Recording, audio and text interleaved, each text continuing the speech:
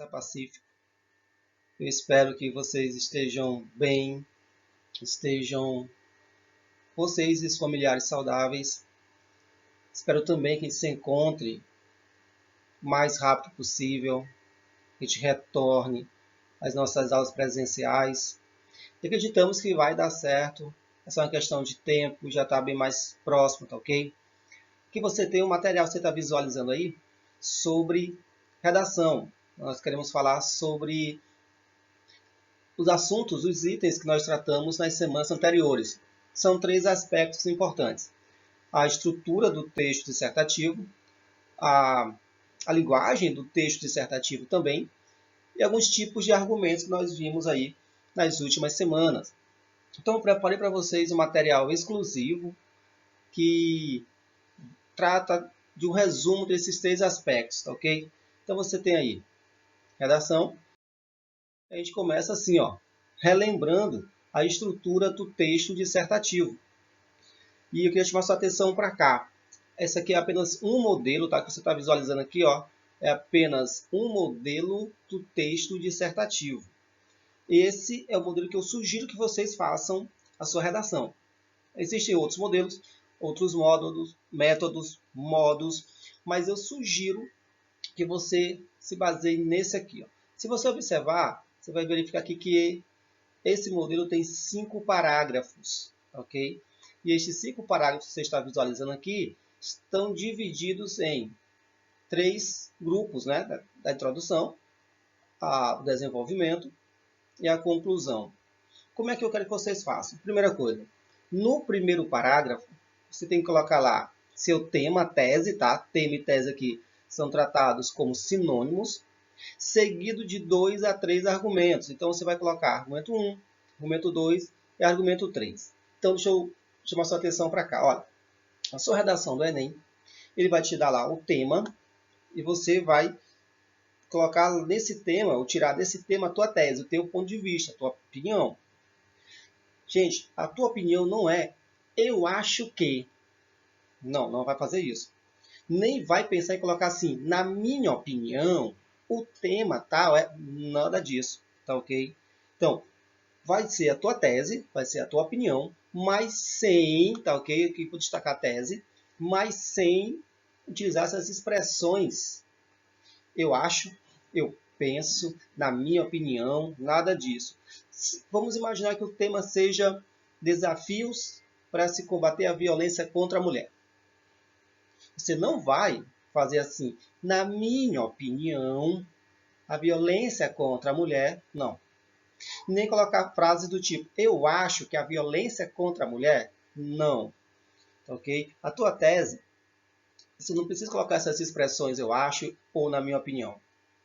Você coloca, a violência contra a mulher é um aspecto horrível da nossa sociedade. Ou a violência contra a mulher é inaceitável em todos os tempos, principalmente no século XXI. Quando você coloca isso, você está colocando a tua opinião. Percebeu? Você não precisa colocar na minha opinião ou eu acho. Você colocou o quê? A sua tese, ó. Você já colocou a tua opinião aí.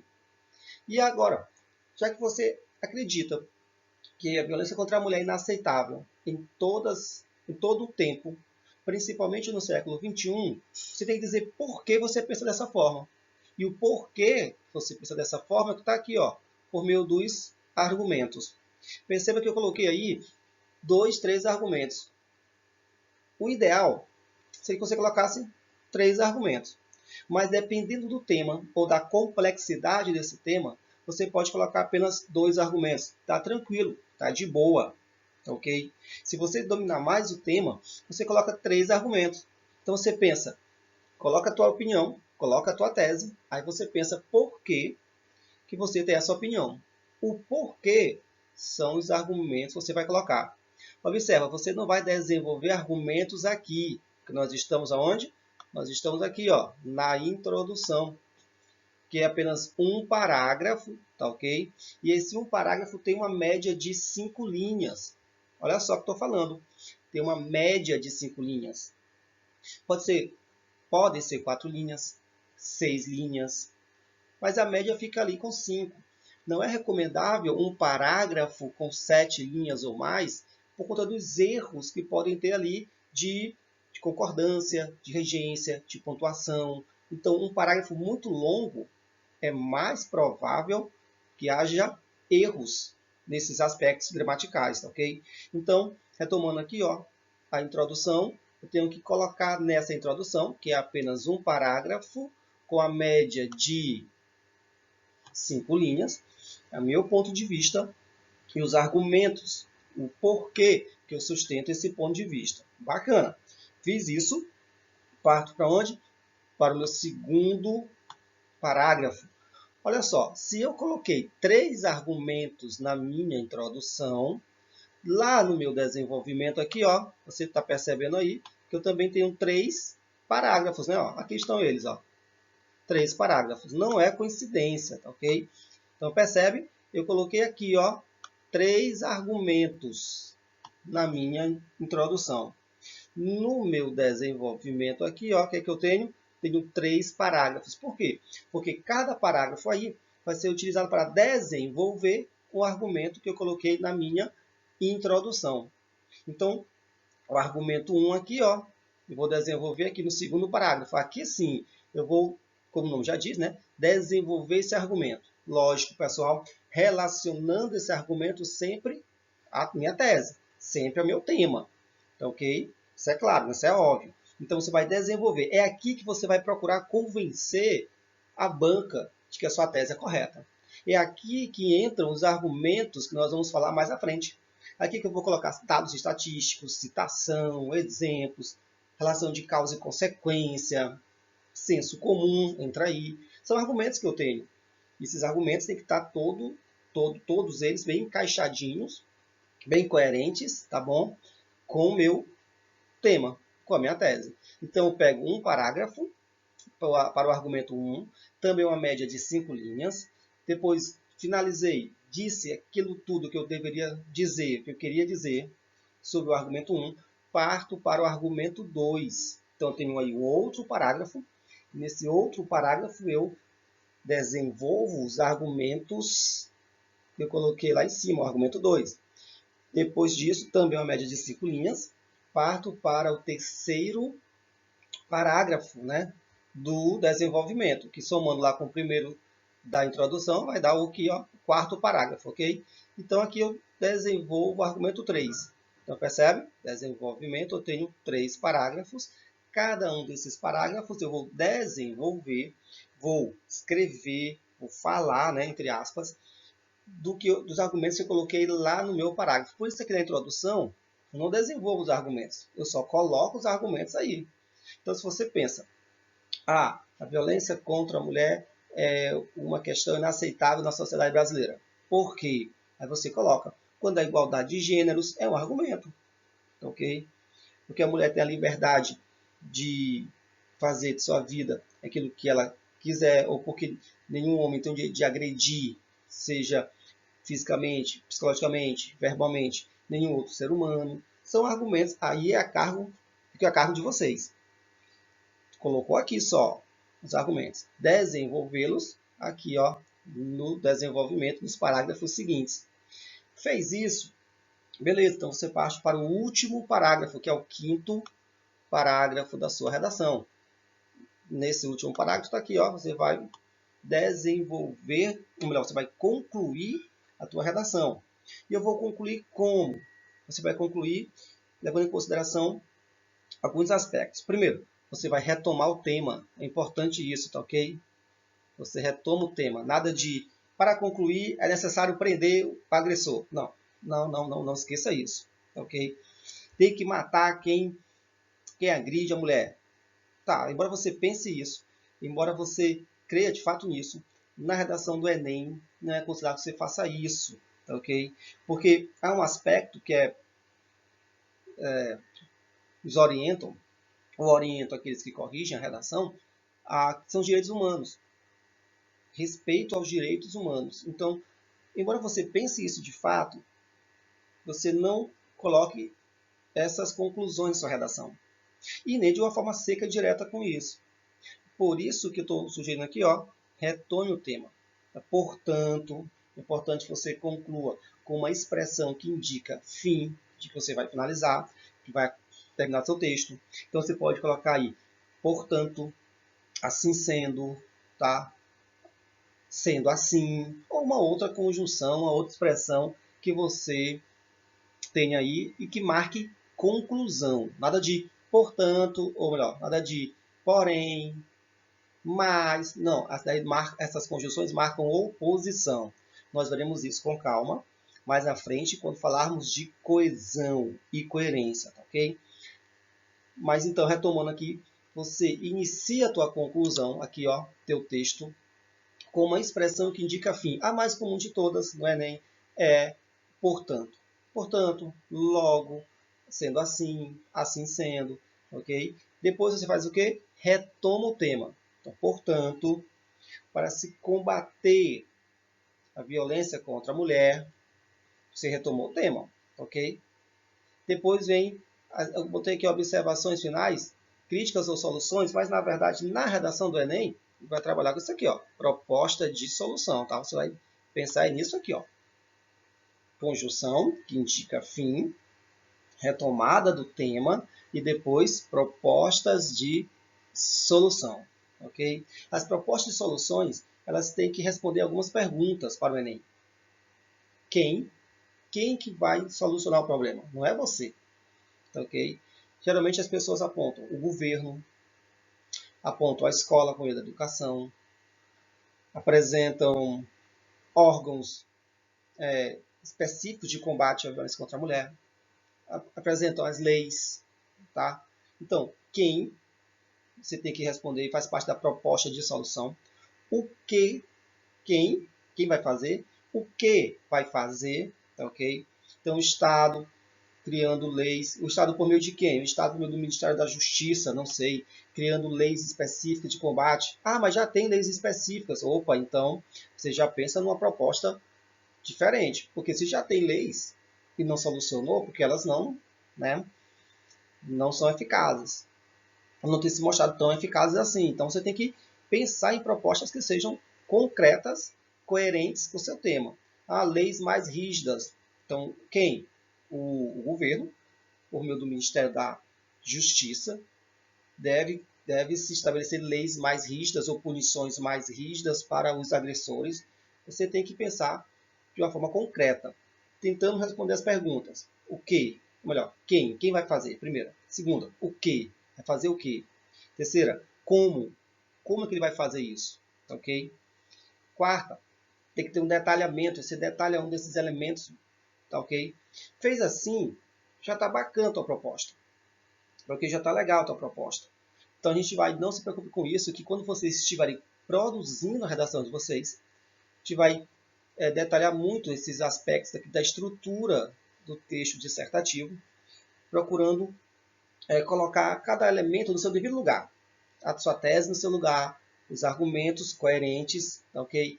Procurando desenvolver dentro de argumentos que sejam consistentes e tentando aí fazer uma conclusão que seja bem positiva, bem legal, ok? Queria aqui dar só um aspecto geral sobre isso e motivar vocês a produzir o texto de vocês dentro dessa estrutura, beleza? Você pode estar perguntando, professor, que linguagem eu tenho que usar no texto dissertativo? Então, para a parte 2. A linguagem dissertativa ela tem algumas características.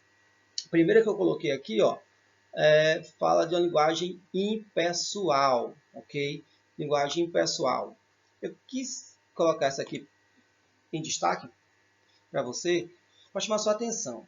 Na redação do Enem, e alguns vídeos que eu tenho colocado para vocês, talvez alguns arquivos que eu tenho enviado para vocês, como esses arquivos, esses vídeos tratam de redação de um modo geral, redação do Enem também, eles apontam para vocês o seguinte, ó, a redação tem que ter uma linguagem pessoal, você não pode se envolver, a linguagem tem que ser mais distante do assunto possível.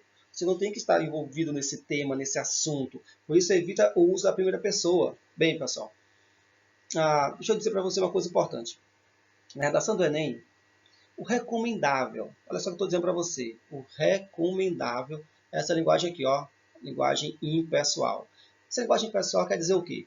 Que você vai escrever o texto em terceira pessoa. Nada de eu penso, lembra no começo lá? Nada de na minha opinião, nada de eu acho, nada de eu acredito. Não, tá ok?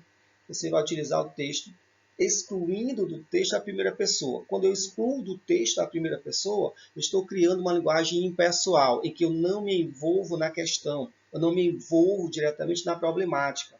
Então, eu posso dizer, acredita-se, ó, terceira pessoa, linguagem pessoal, tá ok? Posso nominar essas pessoas. Os políticos precisam, a sociedade precisa, tá? O povo necessita. Ó, não estou me incluindo, estou sendo impessoal aí. Ah, você então se eu usar a primeira pessoa na redação do Enem eu erro? Não. Ok? Eu quero chamar sua atenção para isso. Não. Utilizou a primeira pessoa, você não vai zerar sua redação. Você não vai zerar seu texto. Vão corrigir do mesmo jeito. Normalzinho, como se fosse em linguagem pessoal. Ah, professor, se eu escrevi todo o texto em letra maiúscula, estou fora? Também não.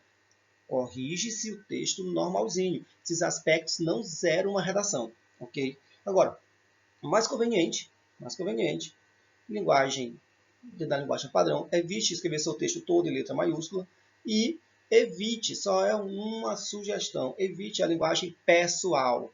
Tente colocar aqui, ó, a linguagem impessoal na terceira pessoa, ok? Uma outra característica que casa com a linguagem impessoal é a linguagem objetiva. Porque se eu sou impessoal, não me envolvo no problema, eu não vou lá colocar meus sentimentos, minhas emoções. Eu não vou dizer o agressor é o sujeito, é um monstro horrível, devasso. Essa linguagem não ajuda, não acrescenta em nada no texto dissertativo. Você tem que usar a linguagem objetiva. Lembra? Não procurar se envolver na questão. Porque, de fato, embora o agressor seja tudo isso, tá? Para o texto dissertativo em si, vai ter uma linguagem toda subjetiva, vai dar a ideia de que é somente a tua opinião aquilo ali, que outros podem não achar. Então você pode dizer assim, ó, a ciência acredita que pessoas que praticam tal ato são pessoas que vivem à margem da sociedade, são pessoas que têm um trauma psicológico, ou são pessoas que têm uma índole má, percebe? Não é a tua opinião ali, é algo mais geral, algo mais objetivo, porque a ciência acredita nisso.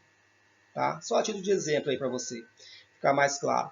Então, linguagem impessoal, terceira pessoa.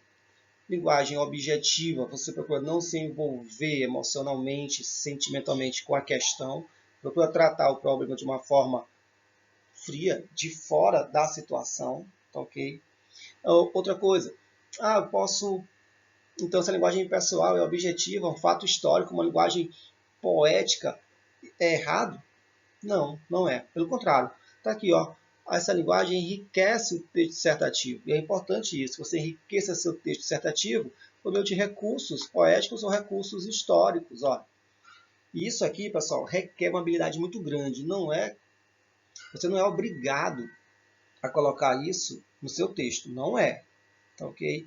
Então, dependendo do tema, está com dificuldade, faça o simples. Tá ok? Agora, eu quero começar meu texto com um fato histórico que tem, claro, uma relação com o tema, com o assunto. Posso, deve, vai ficar de boa. Posso começar o meu texto com a citação de uma letra de música. Posso? Bacana, de boa.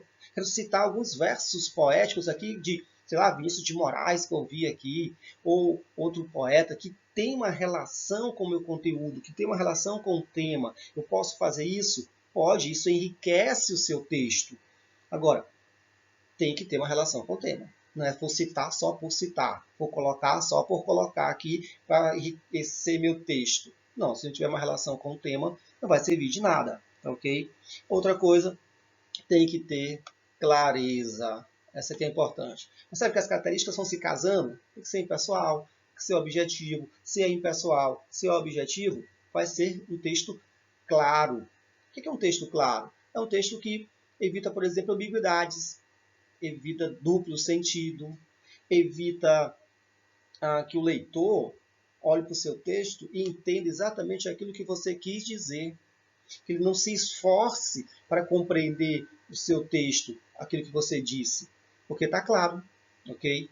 Então, eu digo assim, um exemplo bem básico, bem simples. Eu digo, olha, João disse para Pedro que saiu com sua irmã. João disse para Pedro que saiu com sua irmã. Bem, essa irmã aí, eu não sei se ela é de João ou se é de Pedro. Eu não sei se João foi quem saiu com essa irmã ou foi Pedro que saiu com essa irmã. Por quê? Porque o texto não está claro. Porque o texto tem aí ambiguidade. Tá, ok? Então, observa que eu tenho que evitar essa ambiguidade, esse duplo sentido. Eu sei que isso é difícil para muitos de vocês, porque quando vocês estão escrevendo, vocês olham ali e vocês sabem, eu sei, foi Pedro que saiu com ela. Eu estou escrevendo, eu sei o contexto, eu sei o conteúdo, bacana. Então, você não visualiza ali ambiguidade.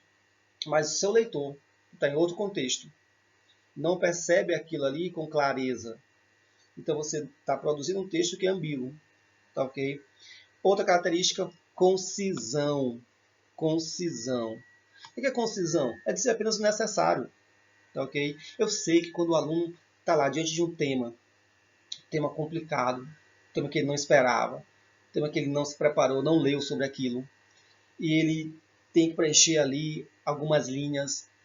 Então ele começa a escrever, ele repete aquilo que ele escreveu com outras palavras, e vai repetindo, ele fica num círculo vicioso, dizendo todo o tempo as mesmas coisas com outras palavras. Ele não progride. Por quê? Porque ele não sabe como desenvolver aquilo. Então, o contrário da concisão é isso. Nós chamamos de prolixia. É o cara prolixo. Prolixo fala,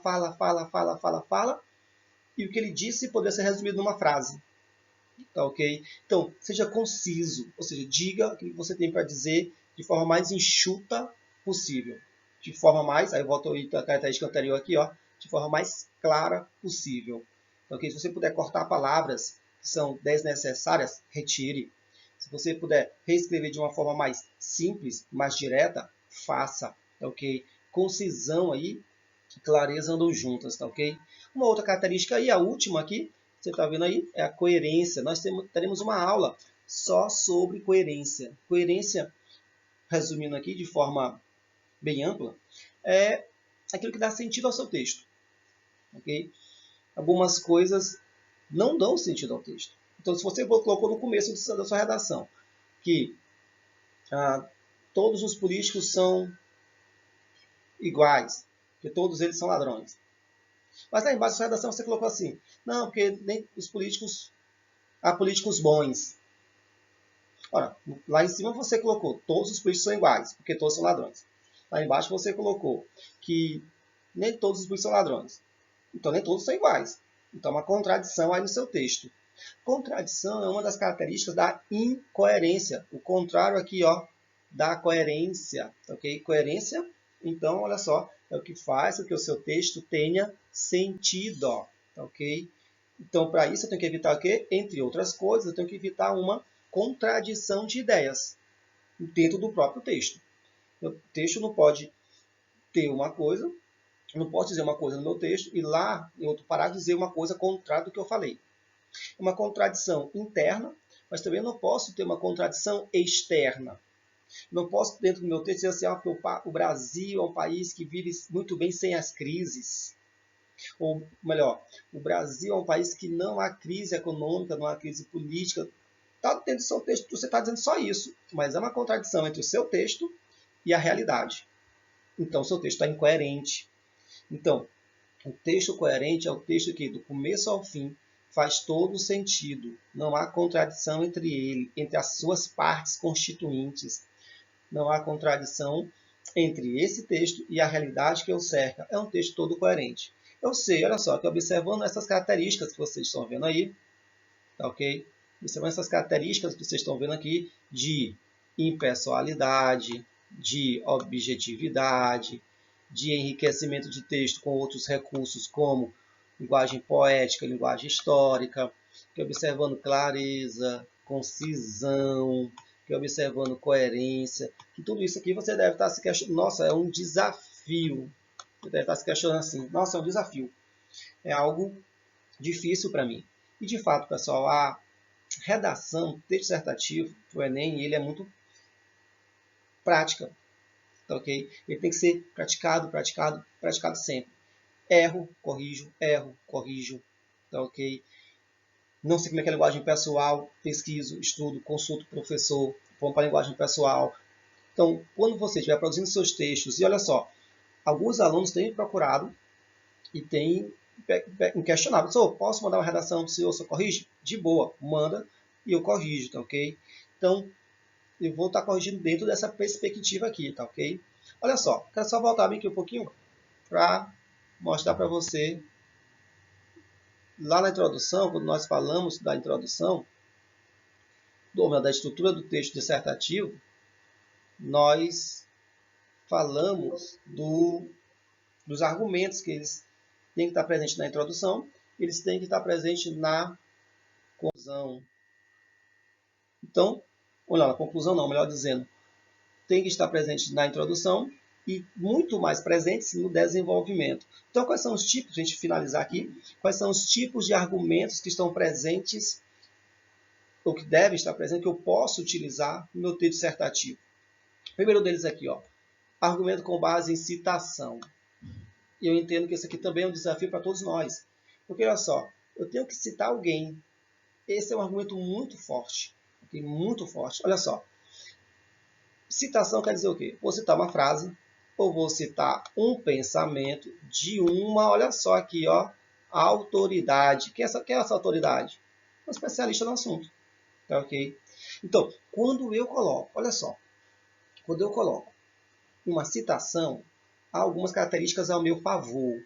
Por isso que é recomendável você realizar argumentos com base em citação. Quais são as características que eu tenho ao meu favor? Primeira característica está aqui, ó, dá credibilidade ao seu texto passa a ser mais confiável. Segundo, fornece informações a respeito dos trabalhos desenvolvidos na área de pesquisa. Dá a entender que você conhece o que está falando, domina aquele assunto, tá ok? Outra, fornece exemplos de pontos de vista semelhantes ou divergentes, dependendo da citação, sobre o assunto, o objeto do seu tema. Então, se você cita uma autoridade que é especialista na área da violência contra a mulher, isso dá credibilidade ao seu texto. Ok? Isso dá credibilidade ao que você disse. Então, tem olha só, dois tipos de citação. Eu tenho uma citação direta, você está visualizando aqui, ó, e eu tenho uma citação indireta, ó, você visualiza aqui. Citação direta. Como o nome já diz, eu cito diretamente as palavras daquele especialista ou daquela autoridade. Então, eu digo assim, um exemplo. Ao identificar o conceito de atividade, Leontiev, especialista em psicopedagogia, afirma que, pronto, aqui é o que ele diz, ó, a partir daqui são as palavras desse especialista em psicopedagogia, o Leontiev. Ele diz assim, por esse termo, designamos apenas aqueles processos que, realizando as relações do homem com o mundo, satisfazem uma necessidade especial correspondente a ele. Como é uma citação direta, você deve estar vendo aí um recurso que é utilizado em citações diretas, ó, o uso das aspas. Então, eu vou citar diretamente o que aquele especialista disse, o que aquela autoridade falou, coloco entre aspas. Então, mas eu não lembro exatamente como ele disse. Eu posso citar o que a pessoa falou, mas com as minhas palavras? Sim, pode. Aí eu tenho o quê? A citação indireta. E em citações indiretas, não uso as aspas. Então, eu vou ler aqui para você um trecho. Olha, diz assim, mesmo esquema. Ao identificar o conceito de atividade, Leontiev, especialista em psicopedagogia, afirma que, agora sim, olha só aqui, ó, afirma que, pelo retorno mencionado, é possível designar apenas aqueles processos. Está aqui, ó, designarmos apenas aqueles processos, só que aqui eu estou citando o que ele disse exatamente como ele disse. E aqui eu estou citando o que ele disse com as minhas palavras. É uma citação? É uma citação. É válida? Sim. Qual a diferença? No primeiro caso, tem aspas, porque a fala é direta, né, dele. Na segunda eu tiro as aspas porque a fala é minha. Eu utilizo as minhas palavras. Só, a citação é um recurso que desafiador. Desafiador por quê? Porque você tem que conhecer diversas frases, diversos contextos, diversos especialistas. Nós não sabemos o tema da redação do Enem. Não sabemos. Então, é comum que professores de cursinhos coloquem para os seus alunos algumas frases que se encaixam em todo tipo de tema. Tá, ok? Em sala de aula eu vou dar esse macete para vocês, tá, ok? Frases, citações que se encaixam em todo tipo de tema. Os professores de cursinhos fazem muito isso, mas é um desafio. Isso passa por um hábito de leitura, um hábito de conhecimento bem amplo sobre diversas áreas do ensino, tá? Mas a citação é um recurso muito bom em argumentação, em tipo de argumentação. Ok, pessoal, ainda com base em argumento por autoridade, eu tenho aqui mais 3 exemplos de argumentos por autoridade. Argumentos por autoridade, você entenda a citação. Nos 3 casos, eu tenho aqui uma citação direta, tá? Porque eu faço referência diretamente ao autor, exatamente aquilo que o autor disse. Por exemplo, o Bruno Araújo, aqui, ó, diretor do IPEA, ele disse: a pirataria é um desincentivo à produção. Então, como é que eu colocaria isso no meu texto? Poderia dizer assim, um modo. Segundo Bruno Araújo, diretor do IPEA, a pirataria é um desincentivo à produção. Pronto. Aspas, exatamente, porque é uma citação direta, tá ok? Lembrando que minha citação não pode ser aleatória. Não pode estar à toa no texto. Tem que ter uma relação sempre com o tema. Posso dizer também assim, ó. Aqui o autor dessa citação é quem fez o texto, né? Martin Luther King. Ele foi quem disse isso. Não há nada de mais trágico nesse mundo do que saber o que é certo e não fazê-lo. Então, conforme Martin Luther King, segundo Martin Luther King, de acordo com Martin Luther King, e aí viria o texto aqui, ó. Tá? Como eu estou citando diretamente Martin Luther King, utilizando as palavras que ele mesmo utilizou, é uma citação direta, o uso das aspas. Tá? Outro exemplo aqui, ó, a fonte é a ONU, e aí já coloquei aqui, já está aqui no próprio texto. Ó. Em 1946, durante sua primeira sessão, a Assembleia Geral da ONU adotou a Resolução 59, que afirmava, então estou citando agora exatamente como afirma essa resolução. A liberdade de informação constitui um direito humano fundamental. Aspas, ok? Então, por quê? Porque eu estou fazendo uma citação direta do texto da ONU. Então, citações são exemplos clássicos e importantíssimos de argumentação de um texto dissertativo. Um outro tipo de argumento é um argumento com base em evidências. Que evidências são essas? As evidências que me refiro são dados estatísticos, é um argumento muito forte. Tá? Tem pesquisas, informações comprovadamente científicas. Tá? São 3 aspectos de argumento com base em evidências. Se eu tenho informações que são comprovadamente científicas, é uma evidência. Se eu tenho dados estatísticos, porque houve uma pesquisa, porque houve uma análise, é evidência. As próprias pesquisas que eu faço, baseado ou não em dados estatísticos, são evidências, tá ok? Nós vamos ver isso agora no nosso próximo slide.